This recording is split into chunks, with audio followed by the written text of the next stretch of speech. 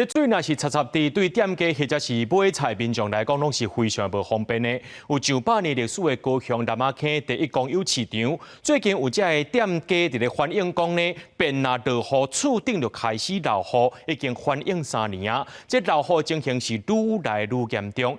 那市政府是解说讲，对113年开始就去哩补，这摆可能是这厝顶正雨做了无够周至，要赶紧联络厂商来改善啦。 应该把去年的影片再拿出来对照一下，又1年了。外面落大雨，南仔坑第一公有市场这条摊商的打柜，内面的水嘛是规空倒，面桶啊、烟桶啊拢提出来新水，也是袂负责。摊商讲，这个情形已经连续反映3年啊，管理处拢讲有处理，不过水嘛是共款漏，而且1年比1年严重。今年我看是较严重，应当啊我唔捌看的安尼啦，应当啊无啦。 伊偌严重啊！你敢会使形容一下，水是流到安怎？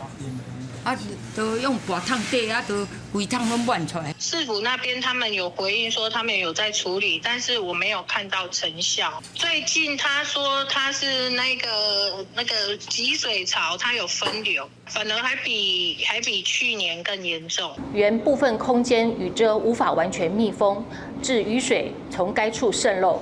已请防漏厂商明日即刻进行改善。经发局表示，摊商反映的这栋市场是民国5年起的，因自113年开始就进行掠漏修补的作业。不过市场的天棚也是会当看到有人用大机雨伞来遮雨。有市场管理人员讲，市场的建筑物真正伤旧啊，敢若用补的、用炸的效果有限，进前爸爸讲要改建，不过困难度上悬。市政府他有真的有决心要改建啊，他是真的是想改建啊。他有规划还是什么？给你们承诺什么吗？不是，因为是我们这个摊商的关系呢。你说要改，他们要建筑的话，你想啊，大概要2-3年嘛。 针对摊商环境漏水严重的所在，经发局表示，已经请厂商测试先去做改善，后续会继续追踪改善的状况。记者柯家族区朝阳高雄场报道。